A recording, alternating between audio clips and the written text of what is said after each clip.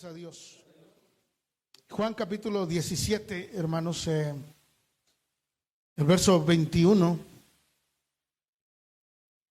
literal. Para que todos, ¿qué, hermanos? Les voy a dar oportunidad. Para que todos sean uno, como tuvo Padre en mí y yo en ti, que también ellos sean uno en nosotros. ¿Para qué, hermanos? Para que el mundo crea que tú me enviaste. Amén. La palabra unidad, hermanos, porque hoy vamos a hablar de la importancia de la unidad en la iglesia, proviene del latín unitas, que a su vez, hermanos, también se deriva de onus, que significa uno, único o singular. Y esa es una propiedad, hermanos, de algo que existe de manera singular y que no puede ser dividido a menos que sea alterado, hermanos, o destruido en su esencia. Y hablamos ahora de un concepto de unidad cristiana, como se describe en la Biblia, hermanos, que es verdaderamente un concepto profundo, esencial, que enfatiza, hermanos, la unidad entre los creyentes, una unidad armoniosa en Cristo Jesús. Y esta unidad, hermanos, trasciende las fronteras. Esta unidad, hermanos, trasciende las culturas. Esta unidad trasciende incluso, hermanos, los dialectos. Es una unidad perfecta, hermanos, que tenemos como creyentes. No hay estratos sociales. Es más, dice la Escritura, ya no hay varón ni hembra. No en la distorsión como el mundo lo entiende, hermanos. No, nosotros entendemos en que eso no es, hermanos, para nosotros un problema. No importa, tú eres mujer, no importa, tú eres varón. Gloria a Dios, en Cristo somos, hermanos, uno. En Cristo somos uno. A través de la fe en Jesús, nosotros nos hemos unido a Él y Él a nosotros. Y como dice Pablo en la carta a los Efesios en el capítulo 4, la unidad del Espíritu, hermanos. ¿Qué nos une a nosotros?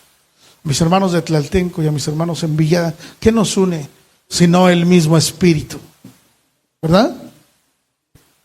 Aún así, se sentaron los nenes con los nenes y las nenas con las nenas, ¿sí o no? Estamos unidos, pero antes que unirnos como iglesia, estamos unidos como familia, hermano. Y veo algunos que están sentados como si fueran en transporte público.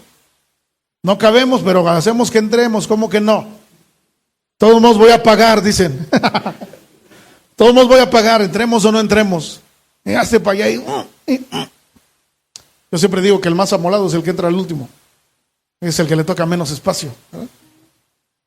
Hermanos, yo espero en Dios que hoy tengamos un día precioso, hermoso para la gloria de Dios. ¿Ya vio su gafetito? Ahí tiene un gafetito con su nombre. ¿Sí? Bueno, la intención es que podamos saludarnos e incluso llamarnos por nuestro nombre. Hermano Juan, hermano Habacuc, hermano Arturo, hermano Emanuel, hermano Gabriel, etcétera, hermanos, hermana Ana, hermana Lupita, en fin, hermanos, cada uno de los nombres que tenemos, ¿verdad? Hermana Vicky, mire, me presento, ¿verdad? Porque somos hermanos, porque no importa, hermanos, la barrera, en este caso, geográfica. ¿Cuántos kilómetros son de aquí a Tlaltenco? A ver, les doy permiso de usar el celular y pónganle ahí la ruta Villada-Tlaltenco. Deben ser como unos 11, 10 por ahí, ¿no? Dependiendo si va uno por una carretera o por otra, pero más o menos son como 10. ¿Poco más? Sí, pero nada más para eso, hermana Tere, no vaya. Aquí celebrando el culto con mis hermanos. ¿Sí se han dado cuenta que hemos distorsionado también los tiempos de culto? ¿Sí? 10 ya está verificado. Una fuente confiable nos dice que 10 kilómetros son de distancia. Estabas en lo cierto, Gabriel. Si le dan la vuelta al mexiquense son doble o triple. No, hermanos, 10 kilómetros. No importa eso, no importa. Algunos hermanos vienen de un lugar, otros vienen de otro lugar. Algunos se dedican a una cosa, otros se dedican a otra. Algunos tienen una preferencia política, otros tienen una preferencia deportiva. No importa nada de eso. Porque en Cristo somos uno. Pero quiero decirles algo, hermanos. Siempre que la unidad tiene lugar, al instante, hermano, recibe ataques. Siempre que hay unidad en algún lugar, siempre hay ataques. Si es la unidad en el matrimonio, siempre hay ataques hacia la pareja. Si es la unidad familiar, hay ataques hacia la familia. Hoy, hermanos, hay leyes que procuran por todos los medios destruir el núcleo familiar. La estructura que antes, hermanos, gente que ni siquiera era cristiana, no era religiosa, consideraba a la sociedad, hermanos, como el pilar fundamental, la familia, perdón, de la sociedad. Hoy se destruye la sociedad desde sus entrañas. El matrimonio. ¿Sí? Se busca destruir. Y se busca también, hermanos, destruir la armonía en las congregaciones. Dígame que no. Se busca, hermanos. Hay fuerzas ahí ocultas, espíritus malignos que buscan, hermanos, destruir la unidad. De hecho, nosotros haciendo un recuento desde el Antiguo Testamento hasta las iglesias cristianas de los primeros siglos, nosotros vemos que siempre hay rompimientos, siempre hay crisis que provocan, hermanos, cismas, es decir, separaciones, ¿sí o no? Siempre hay eso. En la antigüedad hay eso, desde el tiempo del pueblo de Israel, desde los patriarcas, no digamos los reyes. Bueno, el reino hasta se rompió en dos, hermanos. A ese punto puede llegar. Y vemos a los apóstoles, hermanos, vemos a Pablo, por ejemplo, escribiéndole a los hermanos en Galacia, escribiéndole a los hermanos en Corinto, escribiéndoles a los hermanos en Éfeso, en Filipos, diciéndoles: guarden la unidad. Procuren mantener la unidad, porque el apóstol Pablo sabía que la unidad, hermanos, es algo que así como se obtiene por la gracia de Dios, también se puede romper, también se puede resquebrajar. Y por eso dice el apóstol: solícitos, les dice a los efesios, en guardar ¿qué? La unidad en el vínculo de la paz. Que estén prestos a guardar la unidad. No importa lo que haya que hacer, no importa los sacrificios que se haya que tomar, ustedes esfuércense en mantenerse unidos. A mí me gustan mucho las películas de los sobrevivientes, porque ellos siempre dicen: mientras estemos juntos, podemos salir adelante. Mientras nos mantengamos unidos, podemos soportar esta situación, esta tribulación, esta adversidad, esta vicisitud. Si nos mantenemos juntos, podemos salir adelante, podemos lograrlo, podemos incluso sobrevivir. Pero si nos separamos, corremos el riesgo de morir. No solamente perder la unidad, hermanos, sino como consecuencia última, perder la vida misma. Y aplica también en el aspecto espiritual.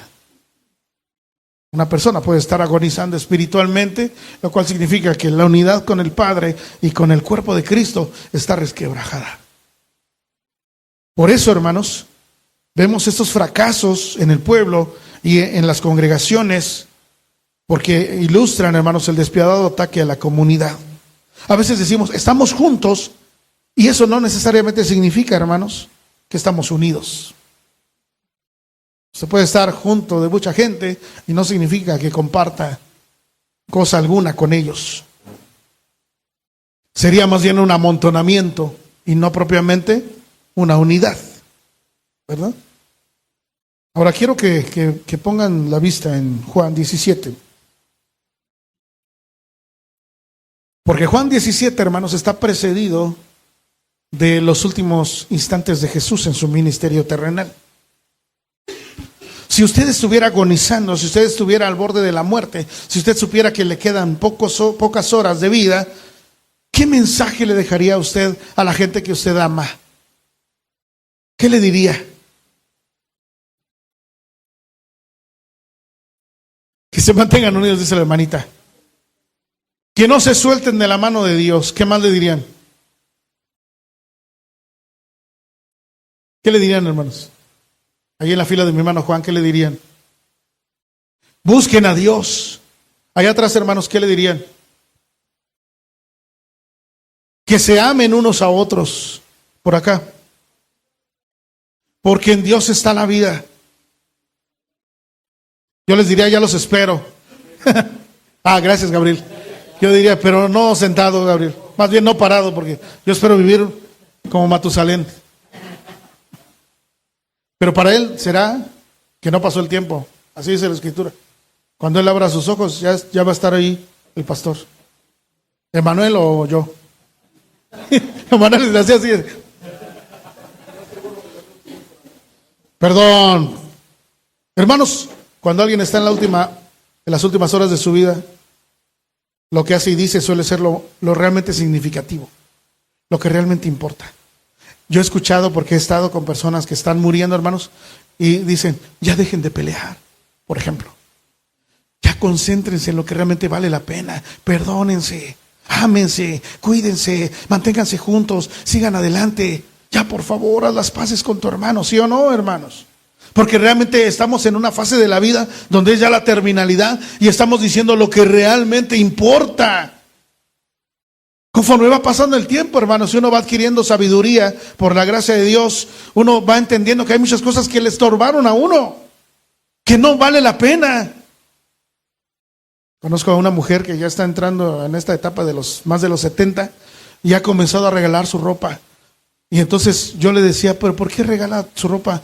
Me dice, es que ya me di cuenta, no necesito tanto. Pero si yo le dijera a una joven, muéstrame tu guardarropa, diría, ay, humildemente, pastor, mire, ¡fua! Esta es mi ropa que uso de vez en vez. Ahora vamos a la ropa que uso más seguido, porque a veces tienen hasta 2, ¿no? 3, y aún así, justo, no tengo que ponerme, ¿no? 30 pares de zapatos, pero ninguno combina, ¿verdad? Al borde de la propia muerte de Jesús en la cruz, Jesús, hermanos, se detiene, escúcheme bien, para hacer su oración más larga de todo su ministerio. Juan 17. A Jesús le gustaba, hermanos, ir a orar a un lugar apartado. Jesús tomaba siempre espacio sin importar lo que el día le deparara. Jesús siempre tomaba el tiempo. Dice el texto que cuando era todavía oscuro, Jesús salía al monte a orar. Buscaba un espacio para orar en comunión con el Padre. Pero esta oración en particular, Jesús la hizo, hermanos, rodeado de sus discípulos. Sus discípulos están con él, hermanos, lo cual significa que la oración de Jesús era perfectamente, hermanos, audible para ellos. Ellos están ahí compartiendo al lado de Jesús. Jesús, hermanos, dice el verso del capítulo 17, el verso 1, estas cosas habló Jesús y levantando los ojos al cielo, comienza a orar, hermanos. ¿Le ha tocado a usted de repente que está con su familia sentado a lo mejor a la mesa y no escucha nada? Y según la persona ya está orando.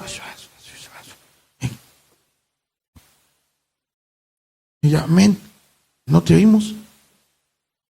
Habla fuerte para que podamos participar todos de la oración. De eso se trata, hermanos. No, pues si quiere orar solo, pues vaya a su recámara y cierre las puertas y haga oración. Pero Jesús, hermanos, fíjese bien, esta expresión que utiliza, ¿se acuerda cuando fue resucitado Lázaro? Dice que alzando los ojos al cielo dijo, Padre. ¿Había gente o no había gente a su alrededor? ¿Quería Jesús que lo escucharan o no? Claro que sí. Yo sé que tú siempre me escuchas, pero por causa de estos que están aquí presentes, haz algo aquí. Y dirigiéndose al muerto, le dijo, ¿cómo le dijo?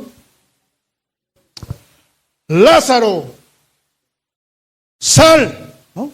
Ven fuera. Y el que estaba muerto, hermanos, obedeció.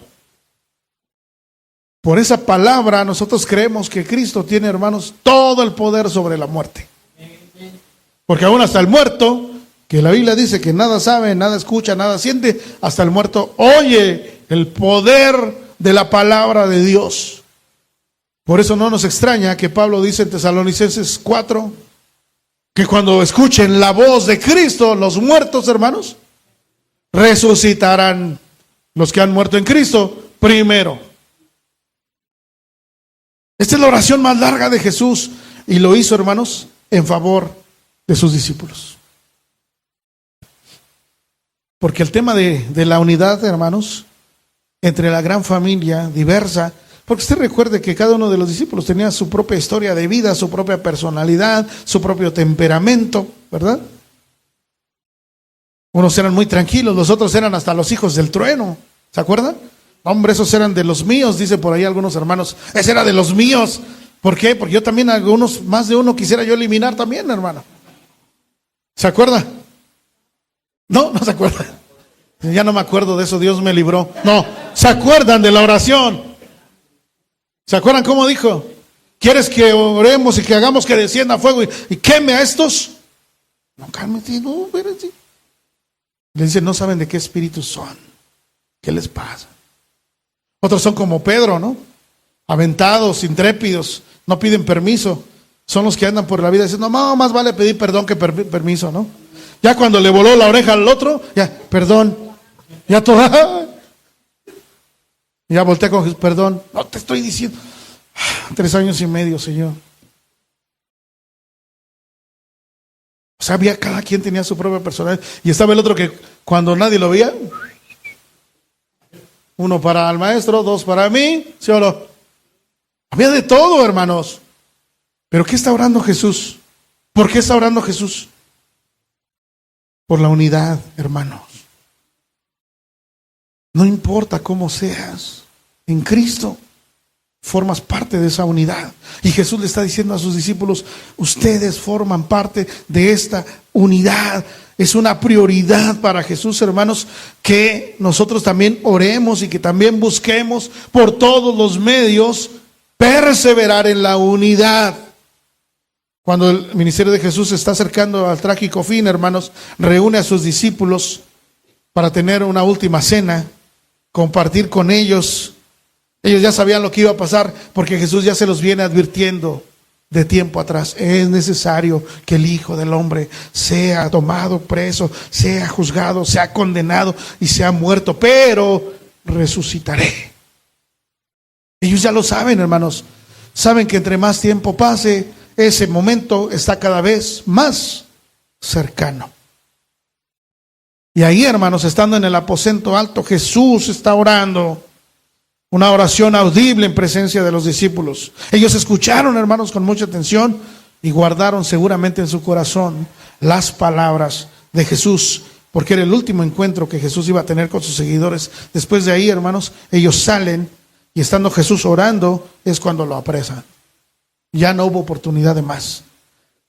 Los últimos diálogos que vemos a Jesús es diciéndoles, ¿cómo es posible que no hayan podido velar conmigo ni una hora? Fuera de eso ya no hay más instrucciones de Jesús. Se lo llevan. Y ya de ahí viene todo este vía crucis final, hermanos, de su vida terrenal, de su ministerio. Pero este es un legado, hermanos. Este es un legado de Jesús en presencia de sus seguidores, quienes fungen aquí como testigos. Aquí hay una preocupación constante de Cristo expresada en esta oración. Vea el verso 11. Y ya no estoy en el mundo. Estamos en Juan 17. Y ya no estoy en el mundo, mas estos, fíjense cómo, ahí estaban, hermanos, están escuchando. Yo ya no estoy, Padre, pero estos que están aquí, estos sí están en el mundo. Y yo voy a ti, Padre Santo, a los que me has dado. ¿Qué dice, hermanos? Guárdalos en tu nombre. ¿Para qué? Para que sean uno, así como nosotros somos también una sola cosa. Pero hay algo aquí que también, hermanos, llama mi atención, porque es algo de verdad extraordinario, hermanos. Vea el verso 20. Mas no ruego solamente por estos. ¿En quiénes estaba pensando Jesús? Voltea a ver a su hermano, al que está delante de usted, a un lado de usted, de un lado, detrás de usted. Voltea a ver a su hermano. ¿En quién estaba pensando?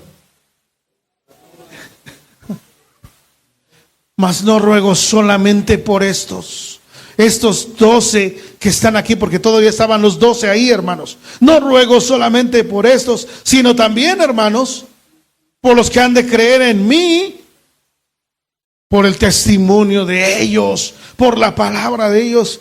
Y hoy, hermanos, 2000 años después, aquí estamos, gloria a Dios.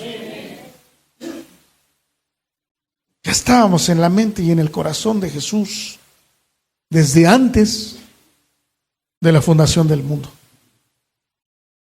No ruego solo por ellos, ruego también por los que van a creer por la palabra de ellos. 21, para que todos sean uno, como tú, oh Padre, en mí y yo en ti, que ellos también sean uno en nosotros. Y repito la pregunta que hice al principio, ¿para qué, hermanos? Para que el mundo crea que tú me enviaste. La petición de protección de Jesús, hermanos, no era para librarlos del peligro, no era para que no pasaran pruebas, no era para que no sufrieran enfermedades, es más, no eran para que no murieran, era para que fueran guardados en el Padre y para que fueran uno con Él. Como le dijo en algún momento a Pedro, Pedro, Satanás os ha pedido para zarandearos como a trigo. Yo no entendía cómo era este proceso de zarandear el trigo, hermanos. Pero si usted alguna vez agarró a alguien y le hizo, ¿qué dice uno? ¿Cómo no? Bueno, Jorge, no seas agresivo. No, pero a usted alguien lo ha agarrado y le ha hecho así. Dice, no me zarandees, ¿sí o no? Cuando yo leí, hermanos, el contexto del pasaje, lo que significa zarandear, era, hermanos, ¡pah!, con fuerza, para que volara todo lo que no era parte del trigo, hermanos. Y era, o sea que iba a padecer, Pedrito iba a padecer. Pero Jesús le dice, y yo estoy orando para que eso no pase. Yo estoy orando para que tú no sufras esa situación. Yo estoy pidiéndole al Señor que te libre de eso. No, hermanos. Las palabras de Jesús es, yo estoy orando para que tu fe no falte. Pero miren cómo Jesús siempre pensando en todos, hermanos. Por eso es que Jesús decía, yo soy el buen pastor. El buen pastor su vida da por las ovejas. Porque dice Jesús, yo he pedido que tu fe no falte. Y cuando esto haya pasado, tú ven y confirma a tus hermanos. Siempre en el corazón de Jesús está, hermanos, no la individualidad, sino la comunidad. Siempre. El pensamiento de Jesús, hermanos, aun cuando nos ama en lo singular, el pensamiento de Jesús siempre va en un sentido plural. Te pido por estos, te pido por ellos, te pido no solo por ellos, sino también por aquellos. Todos los que se van a sumar a este proyecto del reino de los cielos por la palabra de ellos, porque la unidad, hermanos, por la que Jesús oraba no era una mera unión, es una unidad, hermanos, que trasciende la temporalidad. Nosotros estamos unidos a nuestros hermanos que ya nos anteceden en el sueño de la muerte. Por eso el escritor de Hebreos dice, ellos no fueron, hermanos, perfeccionados antes que nosotros, sino que todos al mismo tiempo recibiremos lo prometido, todos al mismo tiempo. Estábamos ya, hermanos, en la unidad de la eternidad que disfrutaban el Padre y el Hijo. La unidad, hermanos, que llega a lo profundo del ser. El modelo de unidad entre los seres humanos no debiera ser menor que el que hay entre el Padre y el Hijo. Una palabra que lo describe muy bien es armonía. Armonía. ¿Alguna vez tú has estado en un lugar donde no hay armonía? Digamos armonía musical. ¿Lo disfrutas o lo sufres?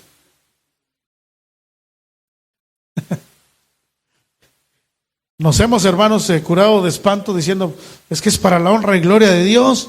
Y yo, pues con razón, hazlo mejor. Si es para la honra y gloria de Dios, hazlo mejor. Y si no es lo tuyo, pues hazte para allá. Porque por eso Dios dio dones. ¿Sí? Alguna vez alguien me dijo así en un lugar, se oía un ruidero y un desastre. Y yo así, ay, ¿no? Entonces dice, es que cuando los hermanos cantan, hermano, los demonios huyen. Dije, los ángeles también. Y luego la iglesia al final. Vaya que tienen poder. Pero necesitamos, hermanos, recuperar el concepto de unidad bíblico. Tú puedes pensar diferente, tú puedes sentir diferente, tú puedes tener gustos diferentes, pero lo que siempre debe, hermanos, de privilegiarse es la unidad. Ni usted ni yo, escúcheme bien, ni usted ni yo tenemos derecho alguno, hermanos, para atacar, para destruir o para impedir que esa unidad se mantenga. Debiéramos de tener, hermanos, de verdad, temor de decir, ¿será que yo estoy provocando el rompimiento? ¿Será que yo soy quien está provocando la caída? ¿Será que yo estoy poniendo tropiezo? ¿Será que seré yo, Señor, como decían los discípulos? ¿Seré yo, Maestro, quien está propiciando eso? Porque nunca tal acontezca. Yo quiero ser un agente de unidad. No quiero ser un agente que rompa la armonía. Porque ya Jesús oraba por mí desde mucho antes, para que se mantenga la unidad. Busquen lo que sea necesario para la paz, para la mutua edificación. Sigan ese camino. El modelo de unidad, hermanos, que nos presenta la Escritura es muy distinto al que a veces nosotros pensamos. Por eso dice Jesús, tú estás en mí y yo en ti. Que también ellos estén en nosotros y yo en ellos. De tal manera, hermanos, que esto incluye a todos los creyentes de todas las épocas. Creyentes que han sido alcanzados para la redención por el Evangelio. Cuando la iglesia no cumple con este modelo, la iglesia está fracasando, hermanos. Fíjese bien, yo hice 2 veces esa pregunta y la hice con toda intencionalidad. ¿Por qué es tanta la preocupación de Jesús de que sus discípulos se mantengan unidos? Porque así el mundo va a creer que somos enviados de Dios. Por lo tanto, si como iglesia, hermanos, no estamos impactando a la comunidad, si como iglesia no estamos demostrando la unidad, la iglesia entonces está fracasando en el propósito de la oración de Jesús. Por eso el apóstol Juan, porque yo les dije, guardaron en su corazón esta palabra, ¿verdad? Porque Juan, hermanos, es el que dice que debemos amarnos. Él nos dio ese mandamiento, dice, no es algo nuevo. Él nos dio, que nos amemos los unos. Es más, dice, así como Cristo dio su vida por nosotros, así nosotros debemos dar nuestra vida por nuestros hermanos.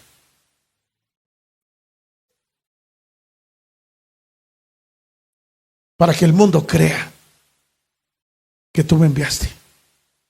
Si la iglesia entonces, hermanos, no está mostrando la unidad de Cristo, la unidad del Evangelio, para cumplir este propósito, hermanos, de ser una nueva comunidad terrenal, entonces la iglesia está fracasando, hermanos. Es muy triste que en lugar de escuchar comentarios como, no, es una iglesia preciosa, es una iglesia hermosa, unida, fraterna, se aman, se procuran, se buscan, se ayudan, digan, puros problemas, puras divisiones, puras situaciones feas, te sientes ahí mal, no estás a gusto, no disfrutas, no esto, no lo otro. Entonces la iglesia está fracasando, hermanos, en el propósito del Evangelio. No es ese su propósito. Su propósito, hermanos, es que sean añadidos, como dice Hechos, a la iglesia, los que están siendo salvos. Y encuentren en la iglesia, hermanos, una comunidad amorosa y unida. ¿No lo creen? A ver, voltea con tu hermano y pregúntale, ¿tú qué piensas, hermano? ¿Tú qué piensas? ¿Estás de acuerdo con lo que está diciendo el predicador o? A lo mejor le dice, no, pues no sé, porque no estoy escuchando. ¿De qué o cómo? Retrocedan al capítulo 10 de Juan. En esta segunda parte del sermón, hermanos, voy a hablar acerca de los desafíos que enfrenta una iglesia para mantenerse unida. Seré muy breve porque esto llevaría a una serie completa, pero en Juan 10:10 dice, hermanos, el ladrón no viene sino para hurtar y matar y destruir. Fíjese lo contrario, yo he venido para que tengan vida eterna y para que la tengan en abundancia. Pero hoy muchos creyentes dicen, sí, eso va a ser cuando venga el reino, se establezca en la tierra. No, hermanos, la promesa de Cristo es ya. Desde que tú recibes el Evangelio, puedes disfrutar de esa vida abundante. Y por eso dice que hay un ladrón, hermanos, hay un enemigo. ¿Usted sabe cuál es nuestro principal enemigo? Que anda como león rugiente, buscando a quien devorar. Nunca le ha pasado, ¿verdad? Yo a veces he comparado la vida cristiana como estar cuidando la leche. Usted está fiel, fiel, fiel. Ahí parece que no sube, parece que no sube, parece que no sube. No hierve, no hierve. Bostece, estornude, voltee para otro lado. ¿Y qué va a pasar con la leche? Dígame que no. A veces llegan, oye hermano, no me distraiga porque estoy cuidando la leche, se va a tirar. Oye, la leche, la leche, la leche, la leche. Ahí está, ahí está, ahí está. No, no. Basta, hermanos. Un descuido. ¿No conoce usted, hermanos, que se han mantenido 10, 20, 30, 40 años y en un pestañeo? ¿Sí o no? ¿Por qué? Estaba yo escuchando el testimonio de un entrevistado muy famoso. Y él decía, yo tenía una adicción muy fuerte hacia la nicotina, hacia el tabaco. Yo era fumador. Pero un día decidí dejarlo. Busqué ayuda, lo dejé. Hasta que mi suegro me dijo, ¿un cigarrito? No, suegro, ¿cómo que? No me vas a despreciar. Suegro, es que yo ya... Uno nomás. Dice, y bueno, eso me costó otros años de adicción. Un solo cigarro. Cuando yo ya había decidido dejarlo. Un descuido, hermanos. Una pequeña distracción. Eso es suficiente. ¿Quién cree que va a aprovechar eso? El que anda como león rugiente, ¿no? ¿Usted ha visto un león rugiente que busca comida? Se queda quieto. Uno tiene la imagen del león muchas veces así como echado y ahí durmiendo y bostezando. No, pero cuando tiene hambre, hermanos, anda de un lado para el otro. De un lado para el otro.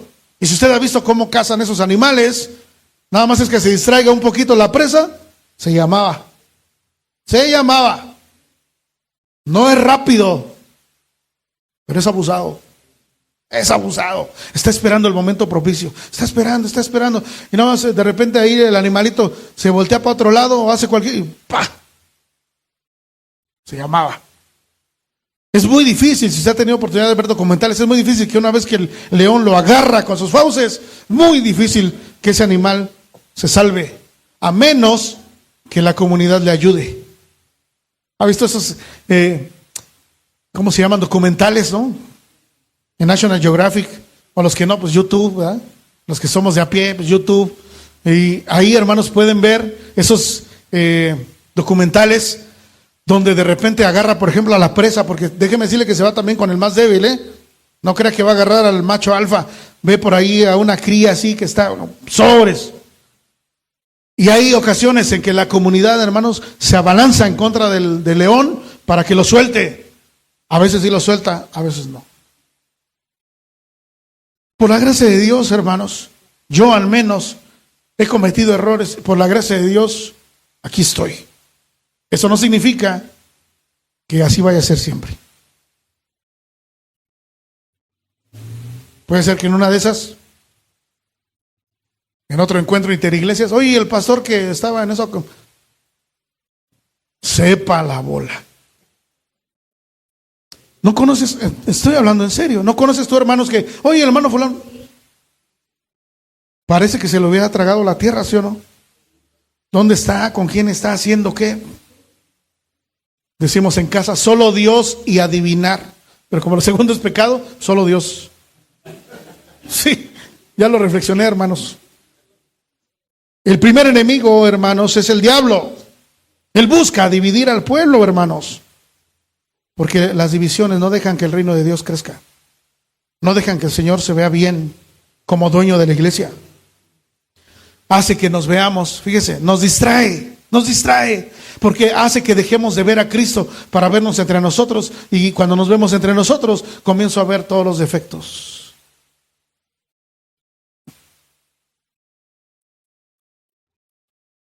No, pues viéndolo bien, no esto, no lo otro. Por eso, hermanos, el ladrón, que es el diablo, no viene sino para matar, para hurtar y destruir. Y se va a valer de cualquier artimaña para lograrlo.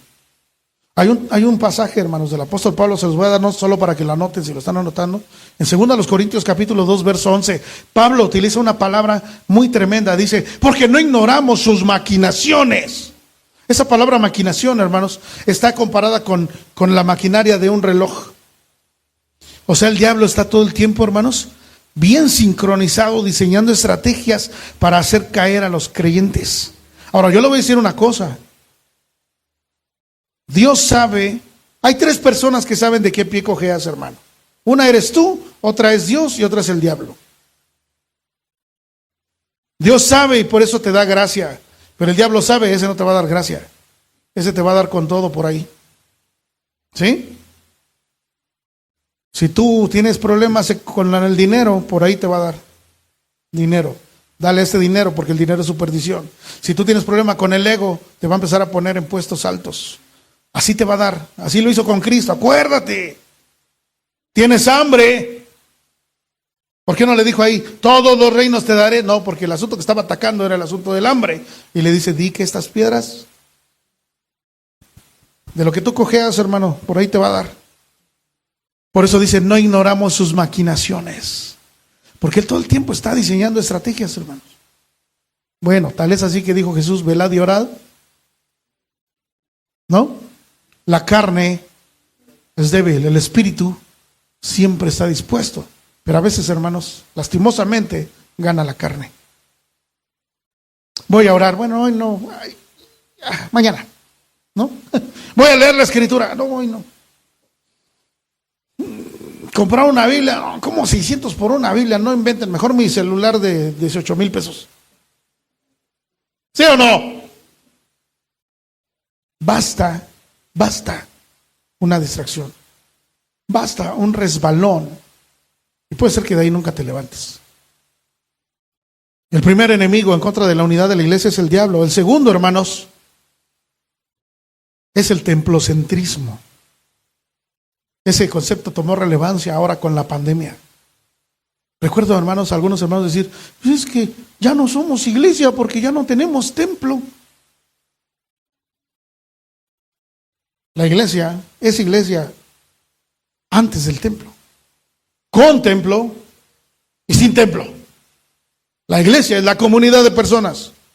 Por gracias a Dios tenemos un santuario y ese es nuestro centro de reunión y de adoración, donde nosotros como iglesia nos reunimos. Pero si no hubiera eso, podemos reunirnos en cualquier parte, porque la iglesia somos nosotros. Y entonces esto que estamos haciendo ahorita fue lo que comenzó a cobrar relevancia. Iglesia en casa, ¿no? Y vamos a reunirnos en grupos pequeños. Y vamos a hacer transmisiones porque la iglesia está viva, la iglesia sigue caminando. Los templos están cerrados, pero la iglesia no. Pero muchos se tomaron vacaciones, déjeme decirle. Hermano, ¿cuándo se abre el templo? No, pues no se ve. Cuando se abra, me habla, por favor. Ay, me mandan WhatsApp. Hermano, ya se abrió el templo, pero todavía está el COVID, hermano. Cuando se vaya el COVID, me habla, por favor. ¿Qué hizo todo ese tiempo? Yo le pregunto. ¿Qué cree que hizo? ¿Practicó las disciplinas espirituales? No. No, es la verdad. ¿Qué hizo? No sé. Pero sí se hizo. Eso sí lo sé. Se hizo. ¿No? La iglesia somos nosotros. El mandato es que provoquemos unos a otros al amor, a las buenas obras, nos motivemos a la fe. Hermanos, somos iglesia, nosotros somos iglesia. Y para muchos el templocentrismo se volvió, hermanos, un problema para la unidad de la iglesia. No hay templo, no voy a estar. No, la iglesia sigue adelante. Porque llegará un momento en que los templos, hermanos, se van a cerrar. Usted ha visto, lo vimos hace poco, ¿verdad? ¿Se acuerdan? Cuando hablábamos de la persecución a los creyentes en el mundo. Y muchos templos, usted ha sabido, muchos templos están siendo incendiados. Algunos más están siendo transformados en cafeterías, en gimnasios, en bibliotecas, algunos hasta en discotecas, hermanos. ¿Sí sabía eso? templos bellísimos, así su arquitectura, hermanos, unas joyas de verdad de construcción, hoy han dejado de ser espacios para que la iglesia se reúna. Imagínense.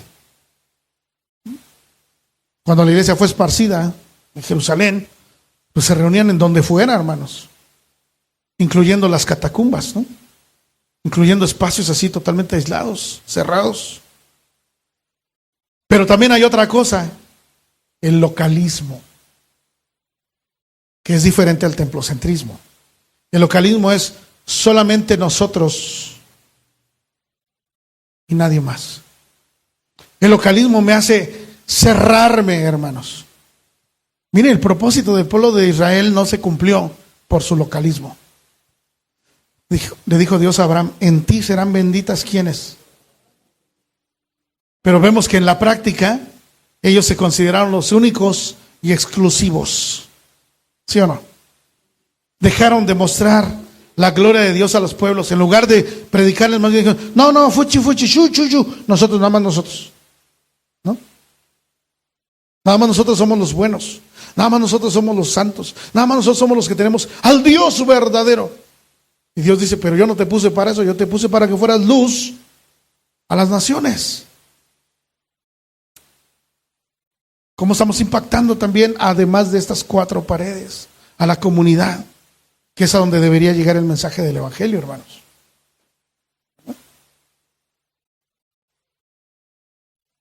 El localismo nos ha hecho mucho daño, por eso en este esfuerzo que estamos haciendo ahora vienen porque son nuestros hermanos. Vamos, si nos reciben, porque también somos sus hermanos. A mí me duele, hermanos, mucho cuando hermanos carnales no se llevan bien. Me duele mucho. Cuando alguien me dice, hermano, no, pues que pastor, hable con ellos porque no se hablan. Pastor, hable con ellos porque no se tratan bien.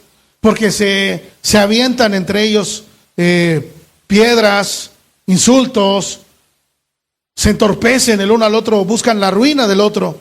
Y yo digo, ¿por qué? Son hermanos. Son hermanos. ¿No se está cumpliendo entonces la oración de Jesús? Que todos sean uno. Por eso, después de este momento de reunión, en las siguientes reuniones vamos a cambiar la dinámica para que podamos interrelacionarnos. Para que todos seamos, ¿qué, hermanos? Uno. Porque somos uno. Somos parte de la misma iglesia. Y por eso queremos quitar, hermanos, de alguna manera, este pensamiento localista. Solo yo, nosotros, nadie más, nada más nosotros, no. Somos tan solo en este distrito, por la gracia de Dios, alrededor de 100 congregaciones hermanas. ¿Cuántas conoce usted? Conozca, no que le hayan invitado. ¿Cuántas conoce? Pues a lo mejor el que conoce más, a lo mejor 30, 40. Yo muchas las conocí por las reuniones pastorales, hermanos. O porque me han invitado a compartir la palabra, o porque ha habido una reunión especial, un curso o algo así, ahí voy, ¿no? Pero hace poco encontraba una hermana que dice, hermano, yo no conozco a nadie más que los de mi pura iglesia. Pero lo dijo con mucho desencanto. Y yo dije, caray, aquí hay algo. Entonces, porque a veces, hermanos, esto se promueve desde el pastor. Hermano, no, nadie va. Hermano, nadie, estamos aquí. Usted tiene su iglesia aquí, no tiene por qué andar en otro lado. ¿Sí o no? ¿Han conocido algunos? ¿Sí? ¿En Tlaltenco? No. ¿En Villado tampoco? Gracias a Dios. Gracias a Dios, hermanos. De verdad. Pero viera que de repente, de verdad hay algunos consiervos que sí les cuesta trabajo. Cuando le digo, oye, te esperamos. ¿Todos? Y si mando una comisión, no, todos. Los quiero a todos. Yo entiendo que a veces no se pueden venir todos. Nosotros tampoco a veces hemos podido ir todos. Pero el esfuerzo está en que vayamos todos. Porque todos somos parte de la iglesia. La iglesia por la cual oró Cristo. Y finalmente, hermanos, algo que rompe también la comunión son las divisiones. Los celos, las iras, las contiendas y todo lo que viene con ellas. Chisme, murmuración, calumnia, burla, envidia, avaricia. ¿Qué más se les ocurre? Críticas, desamor. ¿Qué más, hermanos? Enemistades, claro. ¿Qué más? Resentimiento, amargura, apatía, rebelión, ¿no? ¿Qué más? Ego. Bueno, para acabar pronto, Gálatas 5, ¿no? Todas las obras de la carne, todas las obras de la carne, que por cierto, dice Pablo, son manifiestas. O sea, no se están en lo oculto, hermanos, ¿eh? No crean que el chismoso anda chismeando ahí por abajo del agua, es chismoso y todos saben que son chismosos. Hay que hacer algo para que eso cambie, por supuesto. En lugar de decir, pues ya sabes cómo es la hermanita. A veces sí, el hermano es bien grosero, ya sabes cómo es. No, hay que hacer algo para que eso cambie. De otra forma no estamos cumpliendo el mandato de Cristo. Miren Mateo 12:25, es el último pasaje que vamos a ver. Mateo 12:25. Mi hermano pastor Emanuel tiene una actividad especial. Quiero dejarle este espacio. Mateo 12:25, hermanos.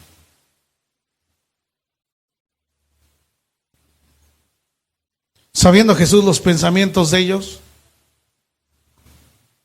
dijo: todo reino dividido contra sí mismo es asolado, y toda ciudad o casa dividida contra sí misma. Hermanos, no.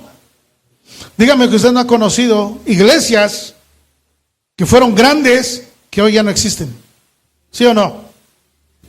Hace poco un hermano de Estados Unidos, saludos familia Luna, Dios les bendiga, me dice: hermano, nosotros conocimos el caso de una iglesia que ahora renta su templo porque ya no hay membresía.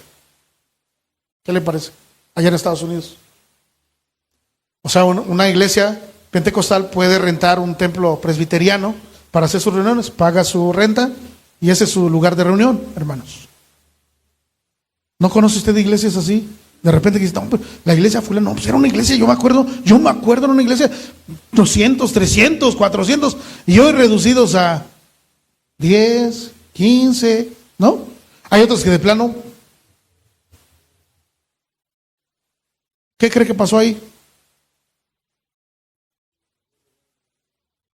Todo lo que dijimos, ¿no? Que propició la desunidad. Porque mientras la iglesia se mantenga unida, ya lo dijo Jesús, una casa, un reino, una familia, una iglesia dividida contra sí misma, porque a veces, hermanos, los ataques no vienen de fuera, vienen de dentro. Las rupturas no vienen de fuera, vienen de dentro. Por ejemplo, una estrellada de un parabrisas, un perito le puede decir, un objeto externo lo golpeó, o le puede decir, no, de adentro para afuera le dieron. ¿Sí? Depende el impacto, la dirección y todo lo que ellos valoran, hermanos. Así pasa. A veces la iglesia soporta muy bien los ataques de afuera, pero se muestra incapaz ante los ataques internos. Lo que llamamos el fuego amigo, ¿no? El fuego amigo. Por fuera defendiendo bien y resulta que por dentro el traidor, ¿no? Es el que hace desastre. A mí me gustan esas películas porque está resguardada la muralla, está el ejército listo y de repente ya hay unos infiltrados por atrás. Sino, ¿qué pasó? Es que alguien que conocía los secretos los trajo por otro camino y eso propició la caída de un imperio, hermanos. De un imperio de cientos de miles de personas entrenadas para la guerra. Sí, pero con los de afuera, no con los de adentro. Por eso, hermanos, Filipo, fíjese bien, esa frase que usted ha escuchado, divide y vencerás, la dijo un varón llamado Filipo de Macedonia, casi 400 años antes de Cristo, que fue por cierto el padre de Alejandro Magno. ¿Qué causó? Ahí está el ejemplo. La ruptura, el derrocamiento, la caída del imperio griego, que era una superpotencia, la muerte del líder, y eso hizo, hermanos, que sus generales ¿Sí o no? Y eso a la postre permitió el surgimiento de otro imperio, el imperio romano, ¿no? Ya los agarró en blandito, ya estaban divididos, rápido los arrasó, hermanos. Así pasa. El enemigo espera el momento, ataca. El localismo cierra las puertas, pero el problema viene de dentro. Cae la ciudad.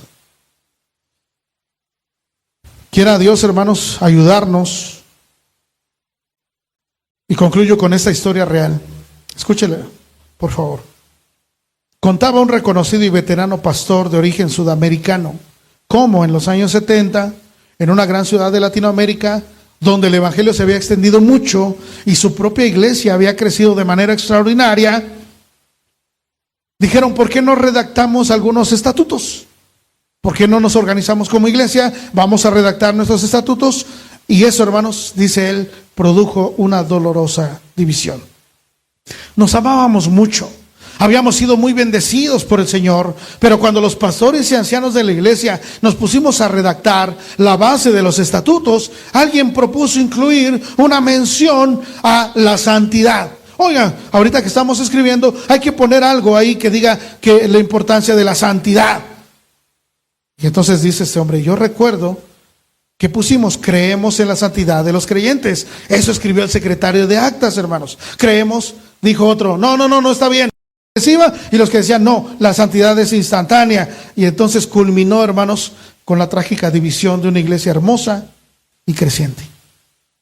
Y entonces la reflexión de este pastor anciano dice, en la búsqueda de la santidad, perdimos no solo la santidad, sino también la unidad. Cuando nosotros privilegiamos asuntos que no son importantes. Hermanos, pónganse de pie, por favor. Les voy a leer, a ver si mi latín no está muy oxidado. Les voy a leer en latín esta frase de Agustín, obispo de Hipona. In necessaris unitas, in dublis libertas, in omnibus carita. ¿Qué dijo? Sí, ¿cómo dirán amén si no te entienden? Dice Pablo, ¿verdad? En lo esencial, unidad. En lo dudoso, libertad. Y en todas las cosas, caridad. Por eso dijo Pablo, es un camino más excelente. El camino del amor. Dios bendiga su palabra, hermanos.